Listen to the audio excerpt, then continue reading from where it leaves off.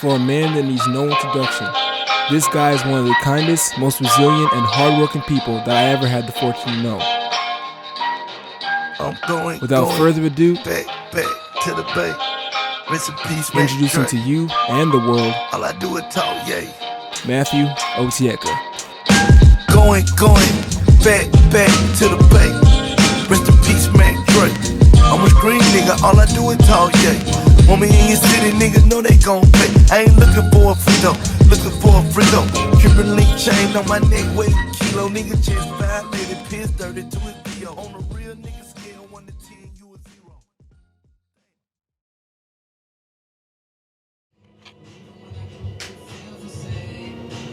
Hello, I'm Mathew Oteyka. I'm from Uganda in Africa. I play for Toronto Skillz and I live in Scarborough, Ontario.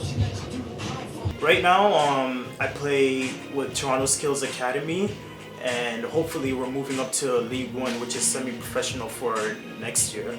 And I work hard at that because I aspire to try to go above and beyond with my career, try to hopefully go to Europe, where that's the main basin of where soccer is played, and the passion is much more elevated there. But if all else fails, like anything domestic within MLS or university are usually my plan B and C's, but usually you look at your plan A first, and if your plan A doesn't work, then you look to go a bit lower to your other plans. Well, you were talking about moving up in the league.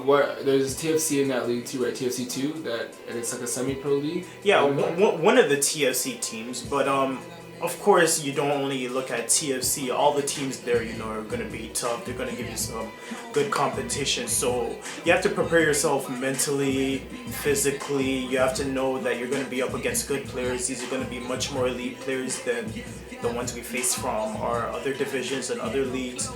So it's all about mental preparation and overall preparation in general over the coming months for the next season. That's what we just look forward to. My main goal is to play professional in Europe.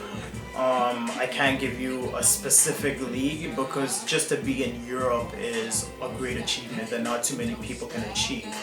But it's obviously going to be a really tough achievement that I'm going to have to work at. There's a lot of people I'm competing against, a lot of elite players, and being a player in Canada, it's much harder for us to get recognized and to go over abroad. So that's why you always have to try to work as harder as the next person beside you, whether they're good or they're bad. Someone's always good at something much better than you, so you just got to keep working. Hopefully the dream will stay alive, but there's always mental barriers. Sometimes you think of negative things, that what if I don't make it, what if I do make it, this and that. Just gotta persevere though. So like when you start thinking that you're not gonna make it anymore, it's like might as well give up, because then you're setting yourself up for failure. Canadians are basically known for our hockey, our baseball, not too much our soccer and other sports. But I think we have one of the most talented soccer players in North America. So I think a lot of coaches should try to give us a chance, because sometimes we surprise them because we're much better than they thought we were, because we're a multicultural country. So we have people coming from Brazil, Africa, some parts of Europe. We just have people coming from everywhere. So Canada should really be like one of the first places they should look for players if they need players. Yeah, I like when people tell me I can't do something, because it just motivates me to try and disprove them and make them look silly. That's what I like. That's something that motivates me. But of course, like when you have any outrageous aspiration or goal, and like people are gonna try to shoot you down because they don't think they could do it themselves, probably something personal. So you gotta try to disprove people. You gotta just do what you do. Don't try to like keep everything low and then let it all explode at once. It's good to let people know what you want to do, because you never know. Some people might help you. You gain connections, and you just like make a network. You network with other people so people know who you are and what you're trying to do. So all I can say is embrace what you do, let people know. People try to shoot you down, and just shoot them back down. I really think I've matured a lot, because when I was playing in the lower leagues, I used to think I was really good, but now that I look back, the people around me weren't as good as I thought they were. Whenever you climb up a new level, you realize how mundane you were at the level before. So you really mature mentally, you mature physically, you know what you have to do to climb much higher, you understand the reality of where you're trying to go and what you're trying to do, and the people around you, the influences around you that may try to distract you. There's just like an overall growth. Just like going through puberty, you go through that adult phase. It's just in terms of your athletics and what you do. But when you're good, you're average. I don't want to be average. Whenever I play games and I have people, if you have people yelling at you like, oh, you should have got that goal, you should have done this, you should have done that, you're most likely a good player. But like after every game, if you have someone come and shake your hand and be like, oh, I like the way you played, I like this, I like what you did there, I like what you did there, that's when you're a great player, because people are realizing that you have a uniqueness to you, that uniqueness that not a lot of people have. So I think that's kind of something that sets good from great. It has to be a lifestyle, because some people have the talent, but they don't have the attitude. They can wake up, they know they're good, they can go to practices, they can go to games, they have a great display. But then somewhere down the road, their attitude and their ego gets above them, and they start getting into bad habits and getting into the wrong crowd. But if you really want to get somewhere and try to go above and beyond, you really have to make it a lifestyle.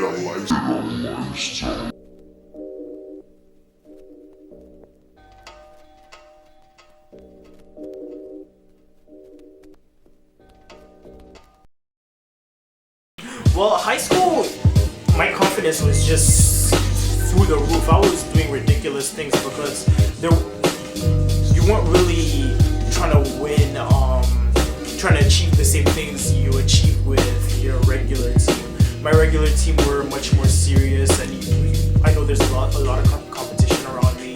I have players that some are better than me, some aren't, but they all work extremely hard. So it's something I always have to keep in check. I have to keep myself in check. I have to realize that I can't give less than 100%.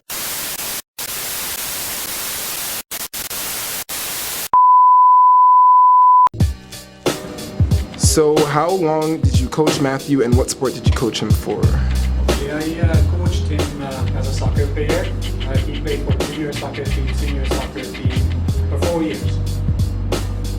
And what can I say about Mathew? Mathew has all the tools that needed to be a soccer player. He's a really, really talented athlete.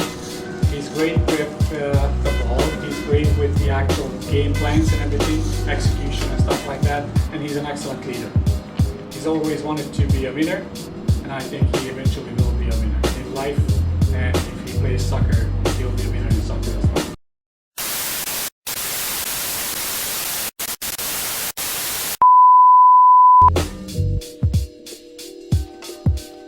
But when I play school soccer, you're dealing with a whole different group of players of different talents and different strengths and weaknesses.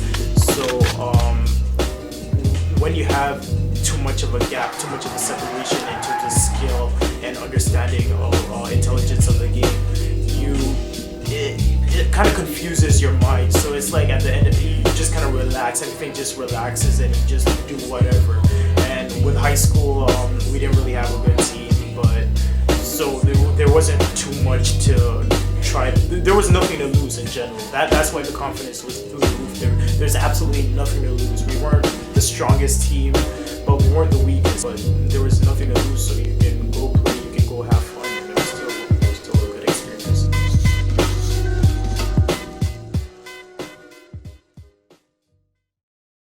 A loss means either your team didn't function properly or the other team was just good and you can't really do anything about that. But when you understand that your team didn't play up to their standards, then you have to recount the mistakes you made throughout the game. Not even just your mistakes, but the mistakes other people made. You have to figure out a way to address those mistakes and work on them. You don't necessarily just work on them when you go to practice the next time you guys have training sessions. You can go immediately after the game or after whatever you lost and go work on that. That's how you fix the mistakes so it doesn't happen in the future.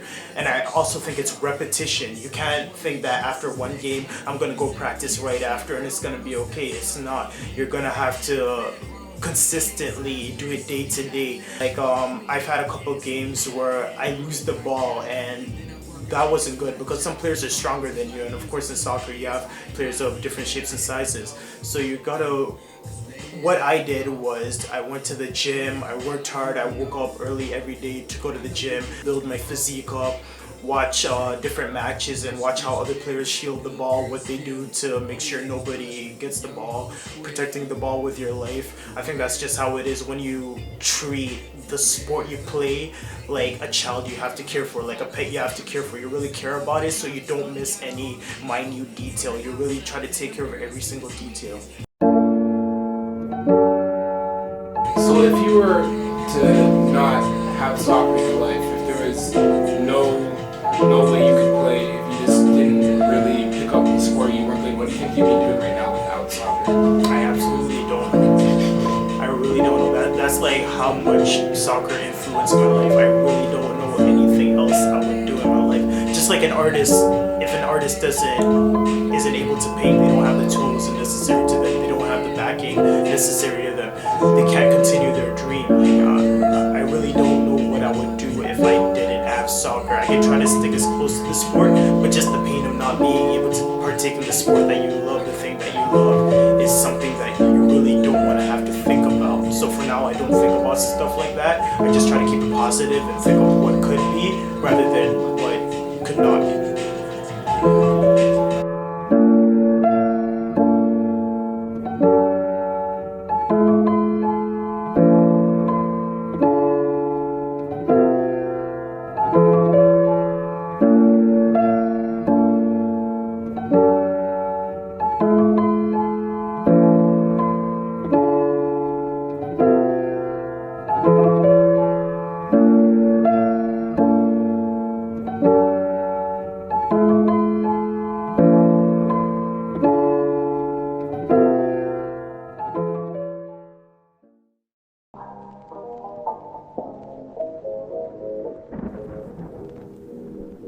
There's a lot to know about Mathew.